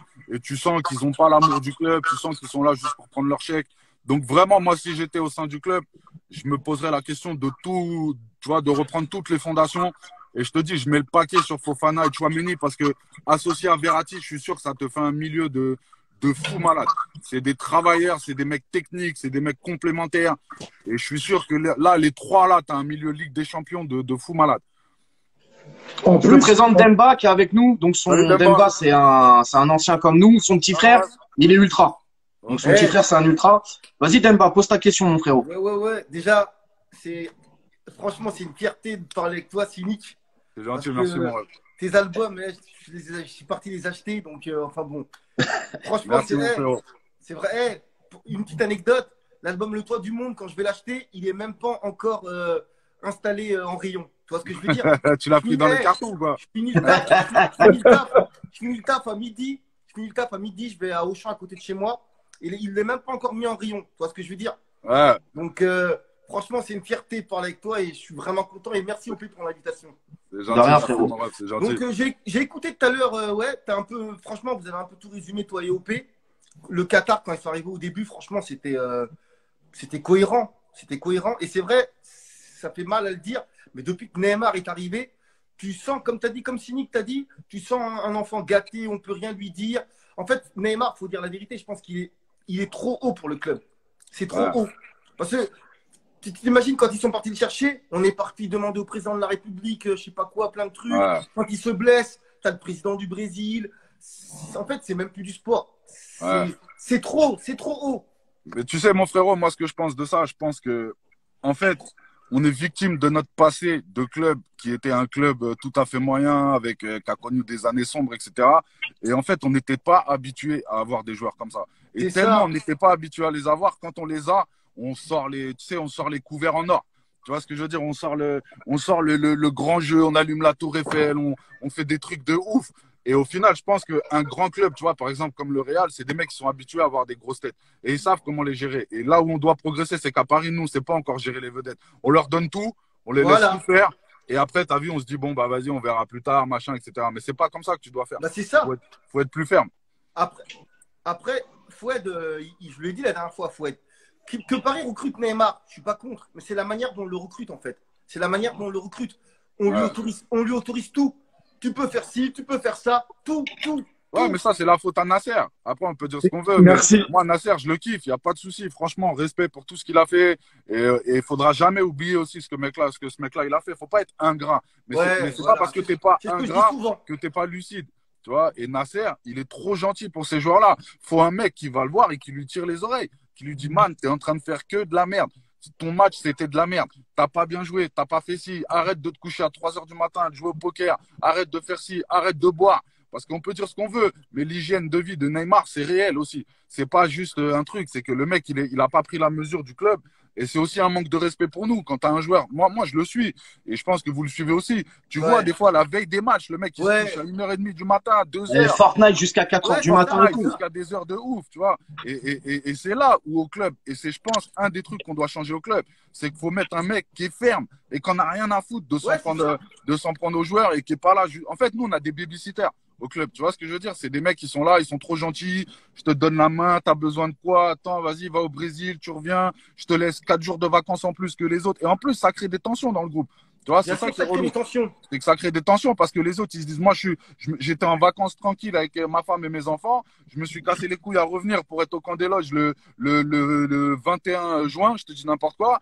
Et l'autre, frère, il revient le 12 juillet. Et il revient, il a 4 kilos en plus. Il a 2 grammes dans chaque œil. En vrai, il va commencer à jouer au mois de fin septembre, le mec. Tu vois ce que je veux dire? Et ça, on peut pas le tolérer. Dans aucun grand club, tu verras ça, en fait. Tu vois? Moi, frère, je voulais te poser une question aussi. Parce Demba, que. je fais tourner, frérot. Ouais, vas-y. Merci d'être monté, frérot. J'écoute. Les albums, j'écoute encore. Encore une petite anecdote. Là, j'ai mis quoi là sur mes réseaux? Dites à ma haine qu'elle me blesse. Dites à Le Pen que je le Demba. Mon gars. En fait, moi, frère, Wallah, ça fait plaisir. Parce que comme dit OP, machallah, frère, tu représentes vraiment la communauté. Pourquoi? Parce que tu parles vraiment football et tu fais pas partie des gens bling bling, tu vois, parce que j'en connais aussi. Ils par leurs intérêts, ils sont là à dire des choses sur le PSG et qui est forcément pas vrai. Et toi, franchement, voilà, respect, tu confirmes vraiment ce que les gens disent sur toi. Et je voulais juste te poser une question aussi. Qu'est-ce que tu penses des sorties médiatiques hier, là, des joueurs comme Kylian, comme Verratti et tout, qui crachent un petit peu sur l'histoire du club parce que t'as tout résumé. Ouais, c'est ça, tu vois. Cynique, t'as vu ce qu'il a dit, Neymar? Il a dit, je sais pas quoi, ils vont encore, ils vont arrêter de bouder en gros parce que je suis là pour 3 ans ou un truc comme ça. Que subhanallah, ce que t'as dit, frère, moi j'ai fait partie, tu vois, de l'époque où, voilà, je vais te dire la vérité, j'étais un indépendant avec les mecs de mon quartier, mais on allait au camp des loges. Tu vois, dès que tu dis les histoires qu'il y a eu, je suis pas fier, hein, mais je faisais partie de cette génération qui a été au camp des loges. Bah, des joueurs comme Anelka, comme tout ça, Roten, ils ont pris cher, tu vois. Ouais. Et tu vois, et là, je vois que tu parles vraiment avec le cœur et ça fait plaisir. Et je voulais profiter aussi, parce que tu vois, comme il dit OP, la sortie médiatique des joueurs qui nous ont craché dessus, frérot. T'en penses quoi? Mais tu vois, c'est ce que je te dis depuis tout à l'heure, c'est que là, moi, je suis au club, je suis le président. Je vais les voir dans la foulée, je leur dis, mais vous avez pété les plombs ou quoi? Vous êtes des malades de parler comme ça. Pour moi, ça, tu vois, c'est l'exemple même de ce qui arrive à Paris et de ce qui arriverait pas ailleurs dans les autres clubs. C'est que carrément, à quel moment ils vont comprendre qu'en vrai, on n'en peut plus de se taper des milliers de kilomètres, frérot, en voiture, d'acheter des survêtements à une fortune. On revendique quelque chose parce qu'on est là. Moi, perso, je suis au parc depuis 87, frérot. J'ai pas attendu le Qatar. J'ai pas attendu le Qatar. J'ai pas attendu tous ces trucs-là. On est des passionnés. On vit à travers ce club. Dès qu'il y a un match, moi, ma femme et mes enfants, ils montent dans la maison, ils me laissent tranquille en bas. Ils savent, tu vois ce que je veux dire? Notre vie, elle tourne autour du club. Donc, à un moment, nous aussi, on a notre mot à dire. Et si vous n'êtes pas content, vous avez qu'à arrêter de vous chier dessus en Ligue des Champions. Faites-nous des gros matchs et arrêtez de nous saouler. Parce que si vous voulez pas que ça, dans tous les grands clubs, ça arrive. Pourquoi vous croyez qu'à Paris, ça va pas arriver? Il y a un poumon de supporters dans ce club. À l'époque, il y avait 2 corps. Tu peux dire ce que tu veux sur Boulogne ou quoi, il y avait une vraie ambiance au parc. Tu vois, et on était là bien avant eux. Et je vais même te dire un autre truc, frérot. On sera là après eux aussi. Et c'est ça qu'ils n'ont pas compris. Frérot, là, merci du fond du cœur. On peut revendiquer des choses parce que, frérot, on participe à la vie du club. Et c'est pas parce qu'on est juste des lambdas dans les tribunes et qu'on nous voit pas et qu'on n'est pas médiatisé qu'on n'a pas notre mot à dire. Dans tous les clubs et dans tous les grands clubs, les supporters, c'est eux qui contrôlent. Tu vois, et moi, là, les déclarations d'hier, même celle de Kylian, elle m'a déçu de ouf. Parce que le délire, ouais, ils sont une minorité. C'est faux, frérot. C'est faux et c'est archi faux. Et là, je suis pas du tout d'accord avec lui. C'est pas une minorité. C'est les mecs qui font les déplacements, qui payent des fortunes, qui se retrouvent bloqués dans les stades 2 heures à la fin du match. Au Real, à Madrid, on est resté 2 heures. À Dortmund, on est resté 1h30 après le match. On rentre à des heures de ouf. On fait des 10 heures de voiture, des 8 heures de voiture. Faut nous respecter un petit peu plus que ça. Et tu vois, ça, c'est démonstratif que les joueurs, ils n'ont pas pris la mesure de ce que le club y représentait pour nous. Pour eux, c'est un club, tu vois, comme ça, c'est une échelle. Alors, soit tu viens finir ta carrière chez nous, soit, comme Kylian, bah, tu te dis, c'est un passage et on sait tous qu'à un moment, il va partir cette année ou l'an prochain ou dans 2 ans maximum. Tu vois, mais nous, on sera là tout le temps. On était là avant, quand ça puait la merde et qu'on jouait la relégation. On sera là après, même le Qatar, même en national, on sera là. Tu vois ce que je veux dire? C'est ça qu'on a compris. Et on a notre mot à dire, qu'ils le veuillent ou pas. C'est nous aussi qui faisons la pluie. C'est important ce que tu dis avant que tu répondes à la question. Tu sais, moi, tu sais, comme tu sais, je fais des vidéos avant match, des briefs et tout sur YouTube et tout. Ouais. Et moi, ça faisait 5-6 mois que je tirais la sonnette d'alarme. Je voyais qu'il n'y avait pas de jeu. Je chantais le sapin. Je disais, il faut une restructuration. C'est le bordel. Je me suis pris un flot d'insultes. Tu connais rien au foot. T'es un parano. Tu vois le mal. Incroyable. Aujourd'hui, tout me donne raison, tu vois. Et quand j'entends des gens comme toi qui sont posés ou des fois, tout ça, on a un peu la même vision de tout ça. Voilà, je me dis, on n'est pas stupide quand même. On a vu les choses avant tout le monde, tu vois. Bien sûr, mais je vais te donner un autre exemple, frérot. Au début du projet Qatari, on n'a pas gagné la Ligue des Champions non plus. On faisait pas mieux au final, si tu regardes bien. On sortait en quart, tu vois, on faisait même pas mieux que les quarts. Donc on a fait mieux. Mais dans le jeu, quand tu regardais le jeu, on a mis des buts d'anthologie, il y avait du jeu, il se passait quelque chose. On avait une équipe vraiment qui était plaisante à regarder. On mettait des scores de malade en Ligue des Champions, des 9-0 en championnat, des 9-0, même en Ligue des Champions, on mettait des cartouches de ouf. On a tabassé des grands clubs. On a oublié des victoires. En fait, on a tout gâché parce que nous, on gâche tout à la fin. Mais on oublie que dans les poules, on a mis des 3-0 au Real, qu'on a tabassé le Bayern. Tu vois, on a fait des vrais matchs. Et ça, faut pas l'oublier non plus, tu vois. Et c'est ça qui est dommage avec ce club, en fait. C'est que, au final, ils finissent par tout gâcher, les mecs, tu vois. Et dans le jeu, moi, le projet Laurent Blanc, et ben, avec du recul, je me dis, je prenais plus de plaisir quand c'était Laurent Blanc, Lavezzi, tu vois, des mecs comme ça, que Matuidi, etc., qu'aujourd'hui, Messi, Neymar et Mbappé. Dans le jeu, moi, je prenais plus de plaisir à regarder le début du projet Qatari qu'aujourd'hui, ce qu'on voit au parc, on s'est fait chier plein de fois cette année, il faut dire la vérité. C'est vrai. Vas-y, Tarikou. Cynique. Mon frère, je fais tourner. T'arrives. Ouais, vas-y, la famille. Merci. C'est toujours un plaisir d'écouter quelqu'un de pertinent comme toi. T'es une parole qui manque. Tu vois, au niveau de tout, même pas que du foot, hein, au niveau de la pertinence, que ça soit dans les sujets d'actes de société, etc. Franchement, toujours quelqu'un d'agréable à écouter et à entendre. Et moi, j'ai une question à te poser sur Mbappé, sur la prolongation d'Mbappé. Est-ce que tu penses, on parle souvent d'institutions, de joueurs qui se permettent certaines choses par rapport à l'institution qui respecte pas. Est-ce que tu penses qu'il faudrait tout faire pour le prolonger, quitte à accepter certaines choses, tu vois, des demandes un petit peu extravagantes et même aussi tu vois, on dit souvent un chèque en blanc et vraiment lui accorder tout ce qui est possible pour le prolonger, quitte à penser que sans lui, eh ben, le projet limite prendrait un coup de frein et après lui, ça serait très très compliqué. Bah, je pense que quoi qu'il arrive, de toute façon, après lui, ça va être très compliqué et qu'il va y avoir un trou d'air, tu vois, parce que si, enfin, en début de saison, personne n'aurait dit dans une équipe où tu as Ça va Neymar et Messi, l'équipe? ça va mon frérot, que le plus chaud, ça allait être Mbappé, en fait, tu vois. Moi, je trouve que cette année, il a pris il a pris les clés, en fait, de l'équipe et le plus régulier cette saison, c'est lui.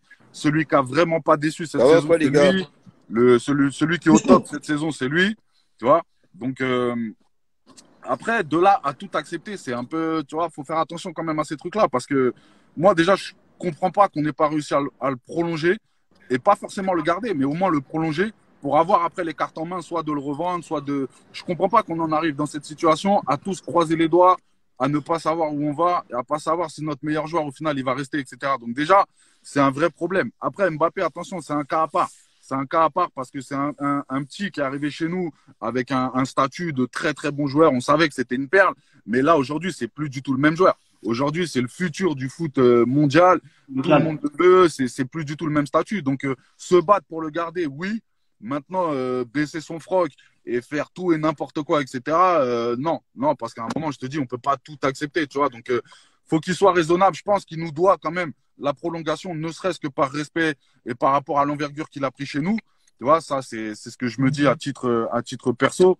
Maintenant, lui donner 200 millions pour qu'il reste un an et tu vois, et le revendre 130 ou 150 derrière au Real, je vois pas là, je comprends pas et je vois pas l'intérêt, tu vois. Donc, faut faire attention avec lui parce que c'est vraiment un cas à part. Je suis d'accord avec toi. Et juste, tu penses pas que malgré tout, vu qu'il avait dit clairement là, le dernier mercato qu'il voulait partir, que même Ouais. s'il resterait, ça serait une super nouvelle pour nous les supporters. Mais tu penses pas que il y aurait le truc derrière? Ouais, mais il est resté pour de l'argent. Bah, de toute façon, tous ceux qui viennent à Paris, on a ce truc-là, hein, que ce soit Mbappé qui reste ou que ce soit Messi qui vient. Moi, franchement, Neymar, je pense pas qu'il soit venu parce qu'il aime la Tour Eiffel et qu'il aime la gastronomie Ouais. française. Tu vois ce que je veux dire? C'est le souci du PSG, c'est nous, on sera toujours associé à l'argent quelque part. Et ça me dérange moins à la limite pour un jeune comme lui que pour un mec qui est en fin de vie, qui vient, qui gratte un dernier contrat. Tu sens que le mec, il a plus la dalle. Et tu vois, ça me dérange un peu plus. Donc, à Paris, de toute façon, tous ceux qui sont là, faut pas se mentir, c'est pour l'argent. Et on sait tous que si demain, le club, il est racheté par quelqu'un de tout à fait modeste et qu'on revient dans les tarots de l'époque, ils vont tous partir les uns après les autres. Ça, on le sait tous, tu vois. Donc, quand tu vois des Draxler qui est au club, qui préfère être remplaçant chez nous plutôt que titulaire, je sais pas, moi, dans un bon club de Bundesliga, ou alors peut-être il va passer de, je sais pas, moi, 600 000 à 200 000, mais au moins tu joues. Quand tu vois Kurzawa, qui est remplaçant, qui s'en fout, tu vois, les mecs, ils sont tellement bien à Paris qu'ils préfèrent être remplaçants chez nous et gagner leur salaire que aller jouer dans des clubs un petit peu moins cotés, mais au moins tu joues. Moi, je sais pas, moi j'ai fait du foot. Ce qui compte, c'est le plaisir de jouer. Et ça, c'est le souci de Pana. Mais c'est là aussi où on s'est mis dans un bourbier dès le départ. C'est qu'on a envoyé des gros salaires, etc. Et on s'est donné aussi cette image de club qui a de l'oseille. Tu vois, qui a de l'oseille. Et du coup, bah, comme on est un club qui a de l'oseille, on a toutes les dérives des clubs qui ont de l'oseille. Tu as des mecs qui sont là, c'est des mercenaires. T'en as, ils s'en battent les couilles, mais en vrai de vrai, ils font semblant. Et voilà. Mais après, Mbappé, ça me choque moins parce qu'il est en droit de revendiquer quand même quelque chose. Tu vois. Mais Messi qui vient en fin de vie, et enfin, je sais pas, moi, j'ai du mal avec Messi parce que c'est un monument, tu vois. C'est un monument, mais de ce que je vois, enfin, j'ai l'impression qu'il fait le strict minimum. J'ai l'impression que le mec, il est pro. Voilà, il est là, il fait ses matchs, il y a des où il les fait pas, et puis il rentre au vestiaire, et puis il s'en bat les couilles, en fait. Tu vois ce que je veux dire? Tu sens Il n'y a qu'à que, voir hier, il est rentré au vestiaire directement. Hein.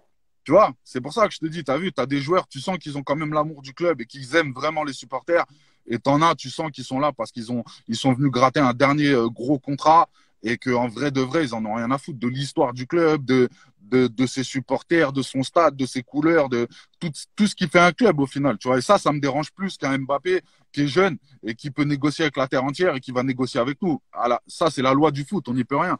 Mais attention, il faut pas donner tout et n'importe quoi non plus.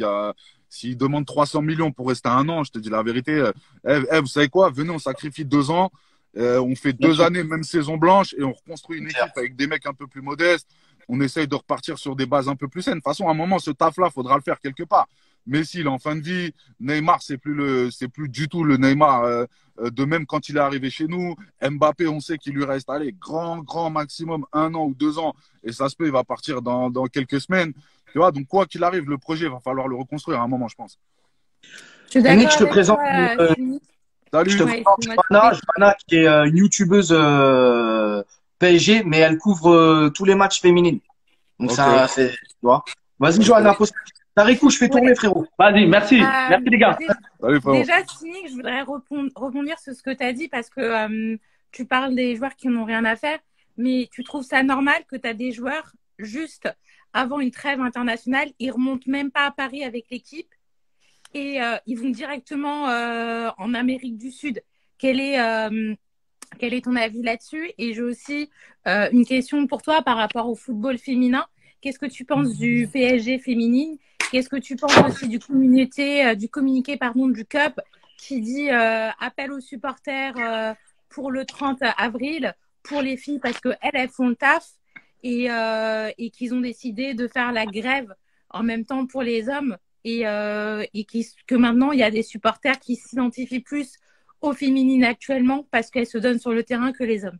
Je pense que c'est ouais. plus pour faire chier à mon avis, c'est pour faire chier la direction, mais bon.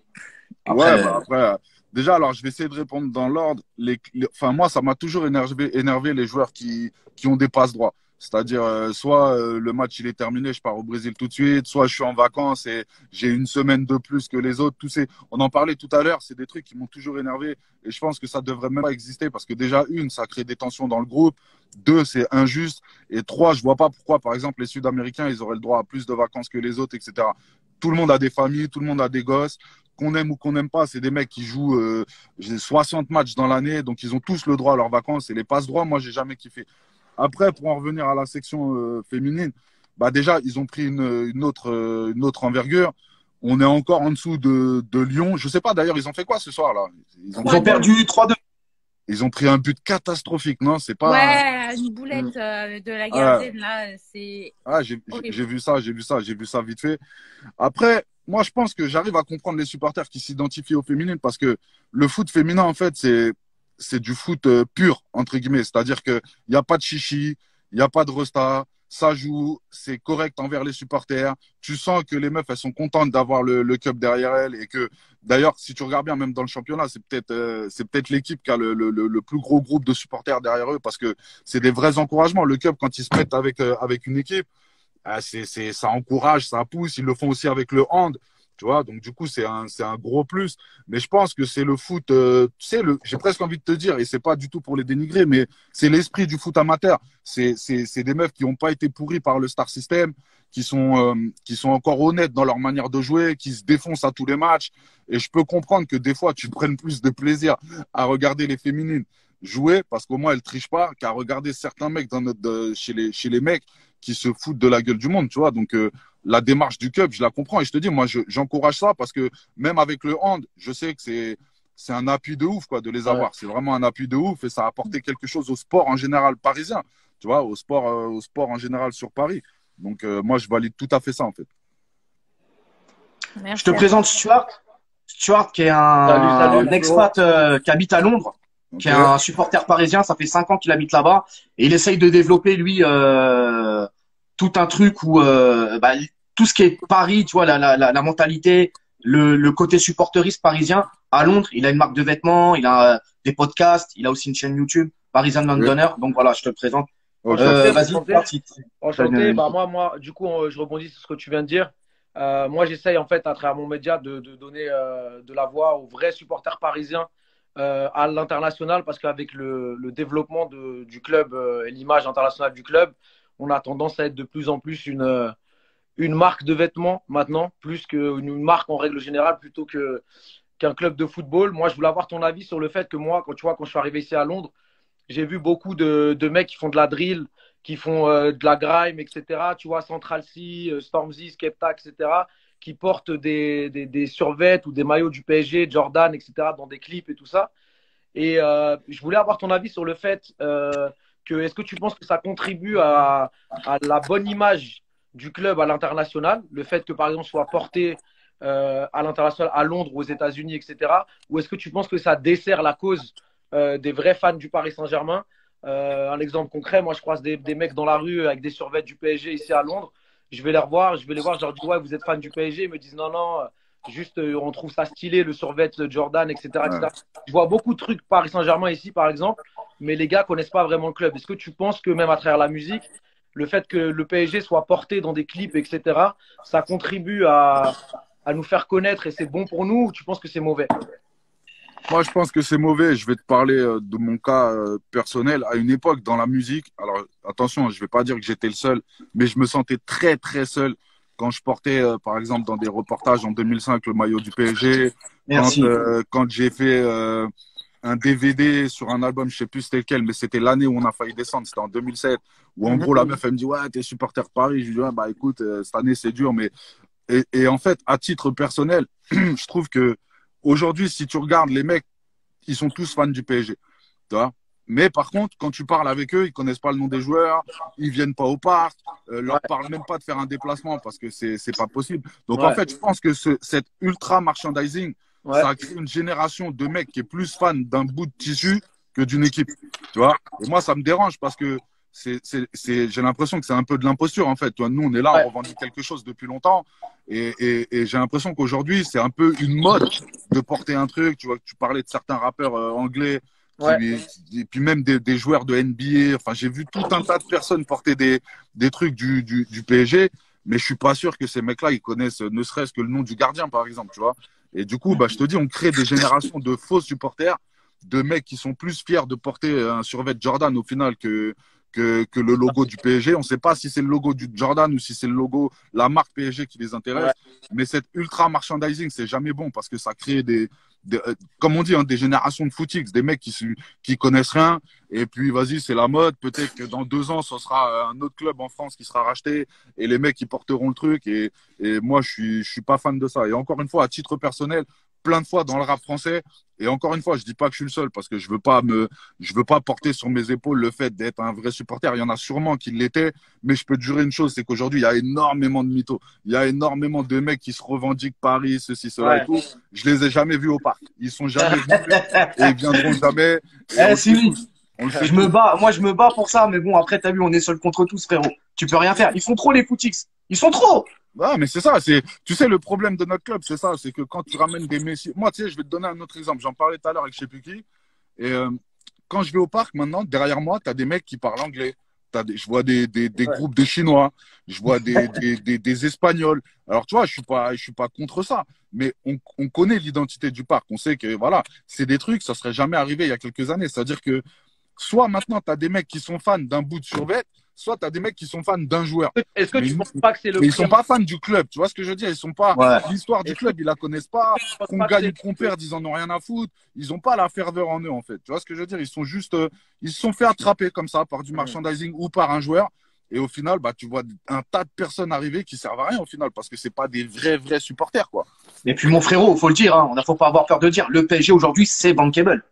Ouais, de ouf. Bah, je te dis, on a été acheté, je crois, 50 millions. Je sais pas combien on vaut aujourd'hui, mais là, on doit être pas loin du milliard. Et pas loin des 3 milliards. Voilà, tu vois. Donc après, faut pas mentir, la valeur du club, elle a augmenté. Ça, c'est bien parce que voilà, c'est quand même cool. Bien que nous, en vrai de vrai, on n'en a rien à foutre, hein, qu'on vaille 50, tu sais, si moi, tu me dis, on vaut 50 millions, mais on prend la Ligue des Champions, je préfère ça que on vaut 20 milliards d'euros et on la gagne jamais, hein. Je te dis la vérité. Donc, voilà, le problème d'un club comme Paris, en gros, pour synthétiser, c'est que ça crée des générations de mecs qui sont pas spécialement fans du club et qui viennent pour telle ou telle raison, tel ou tel joueur, et qui repartiront aussi vite que ces mecs-là, ils repartiront, tu vois. Et ça, c'est jamais bon. Je ne pense pas que c'est le prix du succès, parce que tu vois, moi, je suis à Londres, je vois très bien les grands clubs anglais en première ligue.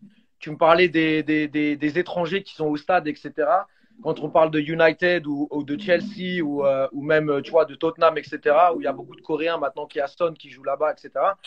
Moi, je discute avec des supporters de grands clubs de première ligue qui, évidemment, souffrent aussi un peu de ça, mais dans une moindre mesure, dans le sens où, évidemment, quand le club il prend une dimension internationale, c'est le prix à payer, c'est d'avoir un public qui s'internationalise. Tu vois ce que je veux dire? Mais par contre, la différence, c'est là où je te rejoins avec les grands clubs anglais, c'est que dans les grands clubs anglais, quand il y a des touristes, entre guillemets, qui vont voir des matchs de United, de Chelsea, etc., quand ils viennent pour le club et ils ont un minimum de culture du club et ils supportent plus le club que la hype autour du club. Tu vois ce que je veux dire? Et c'est là où moi, je pense qu'on a encore un cap à franchir.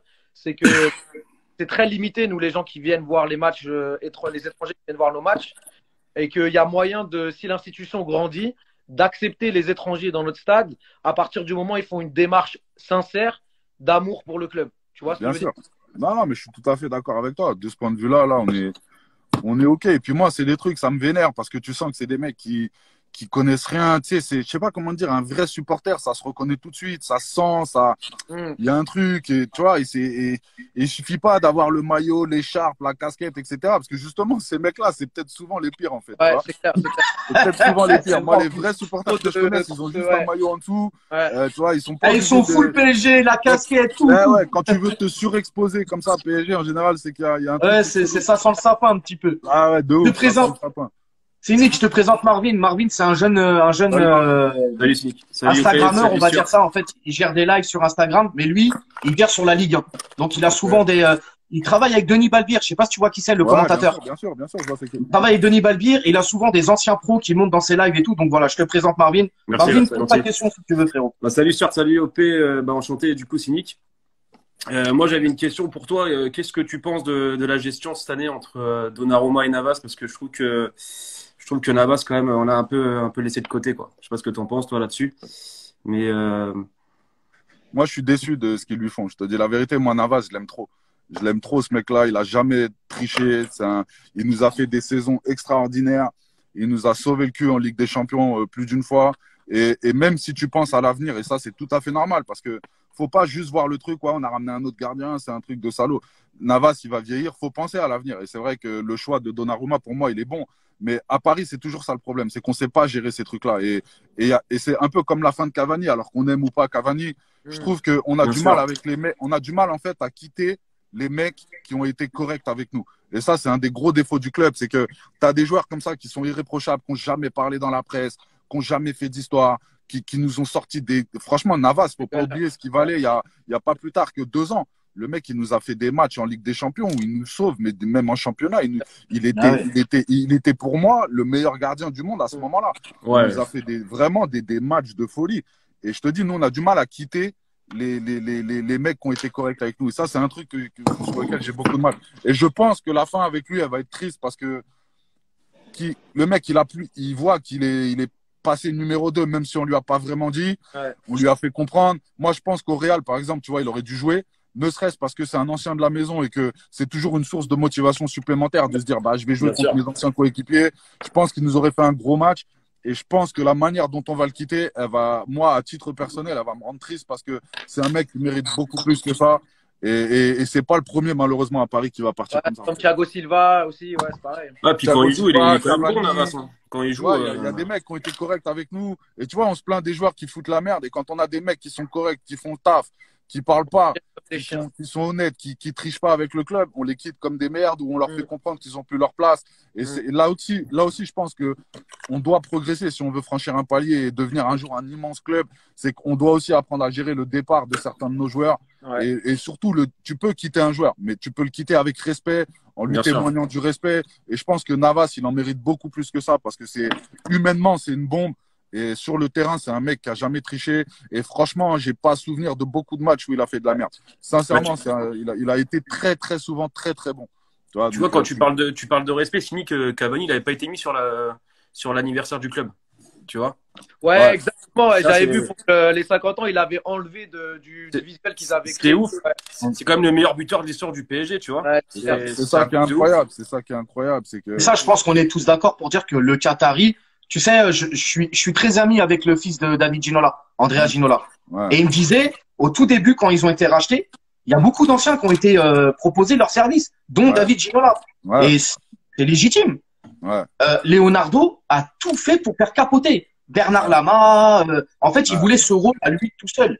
Et même quand tu vois dans les grands clubs, nous, les anciens, leurs anciennes gloires, sont toujours, ont une place. Bien sûr. Chez nous, nos anciens sont limite obligés de quémander des places Non, mais après, c'est aussi parce que les Qataris, c'est pas des grands spécialistes en foot et que eux, j'ai l'impression qu'ils voient les joueurs comme des employés et ils gèrent le truc comme une entreprise. Donc, t'es rentable, tu fais tourner la boîte, c'est cool, t'es avec nous. Le jour où il y a une galère ou quoi, c'est pas grave, tu sors de l'entreprise et on met quelqu'un d'autre à ta place. Et c'est ce qui nous manque, c'est le côté humain. C'est qu'il y a des mecs qui méritent du respect. Un mec comme Lama, il devrait être au club, même si c'est juste pour les jeunes. Je te dis n'importe quoi, les U19, tu gères les gardiens, ou un rôle de simple représentant dans le monde. Tu vois ce que je veux dire? Mais faut pas perdre le contact avec son histoire. Et c'est là où les Qataris ils déconnent, c'est que ils connaissent pas suffisamment en fait notre histoire pour la respecter et pour respecter les mecs qui ont fait notre histoire. C'est pour ça qu'ils leur donnent pas de rôle en fait, parce que pour eux ça vaut rien, ils s'en foutent. Ce qu'ils veulent c'est acheter un TL, vendre des maillots. Ils sont toujours dans leur démarche de business et ils oublient qu'un club c'est une histoire. Et dans tous les grands clubs c'est comme ça. Tu regardes les anciens, ils sont toujours là. Soit ils sont juste invités, soit ils ont un rôle dans le club, soit c'est des ambassadeurs, soit l'autre il est entraîneur des U19, l'autre il est entraîneur des gardiens. Mais il y a toujours un lien avec des mecs comme ça. Et c'est là où je te dis, je pense qu'on doit encore progresser de ouf. Un mec comme moi, par exemple, un mec comme Amara Diané, pour moi, il a son siège à vie au PSG. C'est quand même lui qui nous sauve. Alors, mathématiquement, on va dire, c'est le 1 contre 1, le 1-1 face à Saint-Etienne, avec le but de Clément. Mais si lui, il met pas ses 2 buts à Sochaux, on est mort. Ouais, c'est vrai. Il y a un mec comme ça, et quand tu sais que Amara Diané doit appeler le club pour avoir des places, c'est inadmissible. C'est là où tu vois la différence avec le foot anglais, et comme tu dis, la place qui est accordée à leur légende, etc. En plus, nous, on est un jeune club. On veut concurrencer les clubs qui ont beaucoup plus de durée, d'histoire, etc. que nous. Et déjà, si dès le début, on commence à écarter notre histoire, c'est compliqué de construire sur la longueur, je pense. Tu vois. Regarde Rio Ferdinand, comment il est impliqué dans United. Regarde. Bien sûr. On n'est pas assez reconnaissant envers les joueurs ça, et c'est tout. pas normal. Tu vois. C'est vrai que il y a de l'ingratitude un peu, tu vois. Exact. Totalement. Ça, c'est clair. Mais je te dis, ça, c'est la preuve qu'on n'est pas encore au niveau des très, très grands clubs et que il nous manque encore ce truc-là et qu'à un moment, tout ça, ça fait partie des choses à travailler. Après, à leur décharge, tu vois, il y a quoi? C'était quand? C'était le dernier match, je crois, ou l'avant-dernier? Bref, il y avait Paoletta. Tu vois, Paoletta, tu sais pas pourquoi Paoletta, ils aiment bien l'inviter. Ils ramènent Paoletta un peu pour calmer un peu les arbres. Justement, tu vois, Paoletta, ils aiment bien l'inviter de temps en temps. Alors, t'as l'impression qu'ils ont leur tête, tu vois. Il y a des mecs qui se disent, lui, on a dû leur dire, lui, c'est une vraie légende du club, etc. Mais on a tellement de mecs qui devraient être là, en vrai de vrai. Tu vois ce que je veux dire? Je disais, des Ginola, des Lama, même, je sais pas, inviter les anciens, les Valdo, comme Boiré, juste comme Boiré. C'est pas parce qu'il est entraîneur d'un club de Ligue 1 que le mec, on lui doit pas le respect. Tu vois, c'est des mecs qui ont l'histoire du club. Le match qu'on a fait, je sais plus c'est quelle journée là. Il y a pas très longtemps. Ils ont invité les anciens. Il y avait Safet, il y avait Franck Grava, tout ça. Anciens. Et tout. Ils ont tout le parc se vide et ils ont fait une photo. Ouais. Non mais c'est ouf. Un manque de respect. Moi, je suis président du club. À chaque match, je te ramène une tête et il fait l'engagement. Même si c'est juste symbolique, juste pour remercier les mecs et puis pour dire voilà, on a une histoire. Et puis pour les petits jeunes aussi qui connaissent pas forcément l'histoire et qui vont peut-être aller se renseigner et se dire ce mec-là, donc lui il a joué à cette époque-là. Tu vois, c'est aussi comme ça que tu perpétues l'histoire d'un club. Sinon, c'est le classico. Ouais, mais c'est ça, c'était le classico, t'as raison. Il y avait aussi une féminine, je crois. Enfin, je sais plus. Il y avait Katoto. Ouais, voilà, il y avait Katoto, il y avait, je crois, Luz Fernandez. Il y avait 2-3 têtes comme ça. Il y avait Mustapha Daleb, il y avait pas mal il y avait du beau monde, il y avait Carlos Bianchi, il y avait pas mal de monde. Moi, je suis au club, j'impose ça à tous les matchs. Ça coûte rien du tout, ça fait pas perdre de temps. Tous les matchs, j'invite 2-3 légendes du club, vous faites l'engagement. Ils sont applaudis, ça crée un lien avec les anciennes générations, les nouvelles. Ça coûte rien du tout et au moins ça témoigne du respect. Et c'est là où je te dis, on a encore, je pense, beaucoup de chemin à faire. En tout cas, Cynic, je vais pas te retarder plus longtemps, frérot. C'était un grand plaisir. Y a pas de souci. Juste deux petites dernières questions. Il y a le temps. Ton plus beau souvenir au PSG depuis ton enfance jusqu'à aujourd'hui et ton pire souvenir? Oh là, le pire, je vais pas être très original, mais la remontada, elle m'a arraché le cœur. Je vais pas te mentir.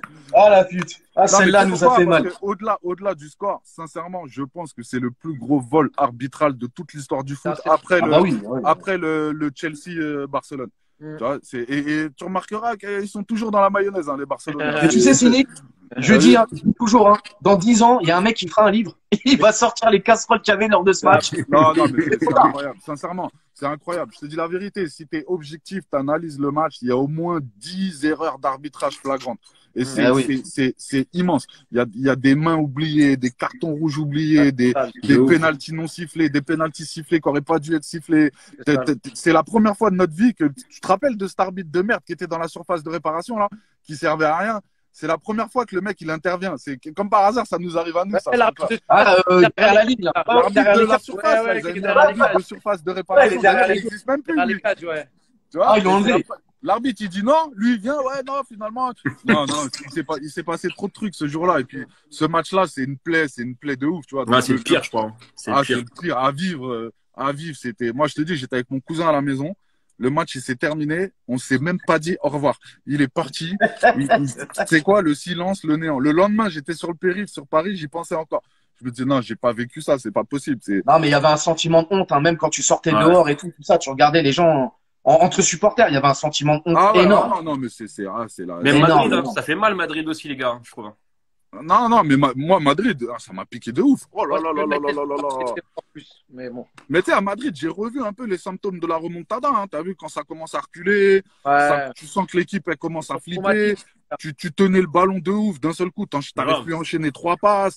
Il y a des symptômes comme ça. Et c'est là où je te dis, je crois qu'on n'est pas encore guéri. C'est que il y a un vrai problème psychologique dans cette équipe. Dès qu'on est mené en Ligue des Champions ou dès que ça commence à puer, là, il y a un vrai souci. As vu mais c'est ça, mais le pire, c'est que tu sens que techniquement, on est largement au-dessus du Real Madrid sur le match. On est vraiment, sur 4 mi-temps, on les bouffe 3 mi-temps, c'est ouf, 3 mi-temps et demi.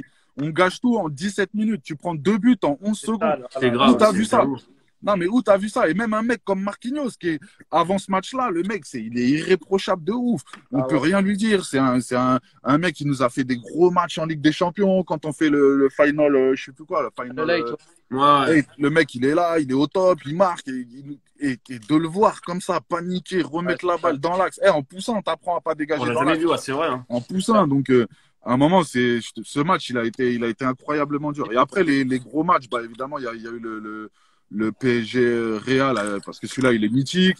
Je me rappelle du PSG STEA. Je me rappelle aussi du OM PSG qui fait quand même plaisir, parce que le 5-1, je vais pas te mentir, celui-là, je le ressors assez souvent, celui-là, de mon tiroir. Là, il y a eu plein de matchs. Après, on a kiffé, même en Ligue des Champions, mais le 4-0 aussi contre Barcelone à l'aller. 96, t'as marqué quoi, 96, la Coupe des Coupes? Tu m'as dit quoi, excuse-moi? Le final 96 contre le Rapide de Vienne, ça t'a marqué un peu quand même? Ouais, bah oui, mais après, je sais pas comment te dire, c'est une Coupe d'Europe. On va pas cracher dessus, mais c'est pas celle qu'on aurait voulu avoir. Tu vois, moi, dans la musique, j'ai des potes qui sont à Marseille, tu vois. Et à chaque fois que ça chambre, parce que ça arrive tous les jours, le premier truc qu'ils vont dire, c'est c'est une Coupe d'Europe éclatée, machin. Et puis, l'adversaire est pas super prestigieux, tu vois, le match il est pas ouf non plus. Donc oui, c'est un match historiquement, c'est un match qui reste dans l'histoire parce que voilà, on n'a pas pris une Coupe d'Europe tous les jours non plus. Mais bizarrement, c'est pas celui qui m'a le plus marqué. Moi, c'est plus PSG STEA où on perd 3-0 tapis vert. Au final, on gagne. Tu sais, c'est des émotions en fait. Le foot, c'est aussi des émotions. Et ça, c'est des matchs avec des grosses émotions. Le 4e but de Comboiré, c'est les frissons. Même tu le regardes encore aujourd'hui, tu te dis ouais, c'est une dinguerie ce match. Et il y en a eu plein. Je te dis le 5-1 à Marseille, mais même des matchs un peu anodins. Le 4-2 qu'on fait à Marseille, époque Waro, Cessignon, etc. Ouais. Tu vois, c'était tellement rare à l'époque. Et puis on sortait de l'année où on a failli descendre. C'est clair. Ce match-là, moi, il m'a fait kiffer de ouf parce que j'ai eu des émotions. Je me suis dit, ah voilà, tu vois, enfin, on sort un vrai match, on les tape chez eux, on leur met 4 buts. Tu vois, ces matchs-là, pour moi, ils sont aussi importants que certaines victoires avec toutes nos stars, etc. Tu vois. Tu vois, OP, on en revient toujours à ça, l'émotion avant le prestige, la victoire, les stars, tout ça. Nous, on veut tous de l'émotion en vrai dans cette histoire. C'est ça, hein. C'est tout ce qui compte. Mais c'est comment ton prénom, excuse-moi Moi Non, ton collègue à côté. Avec la casquette? Ouais, Marvin. Marvin, excuse-moi. Ouais, t'as parlé du 4-0 et tu vois, c'est ça qui est dommage, c'est que la remontada, elle a effacé ce match qui est un putain de match de ouf. Et celui-là, c'est un gros match parce que il est maîtrisé du début à la fin. T'en mets quand même 4 au Barça. Moi, je me rappelle, je me souviens. Moi, j'étais à la maison, je mangeais avec ma fille à côté. À chaque but, je lui ai fait peur. Je te dis la vérité, réelle. Et je la faisais sursauter parce que, tu vois, quand tu regardes un match avec moi, c'est waouh, c'est ce qu'on se disait en fait, c'est des émotions. Et du coup, Ça, c'est des grosses émotions, c'est des gros matchs. Et c'est dommage que celui-là, par exemple, il soit passé à la trappe avec ce qui s'est passé. C'était magnifique ce match, avec Di Maria enroulé. Là, ça devrait être. Messi, il n'avait rien fait. Ce jour-là, je ne sais pas si vous vous souvenez, mais Kimpembe, il l'avait fait. Kimpembe, il l'a mis dans son short. Il l'avait cadenassé. En tout cas, c'était fort.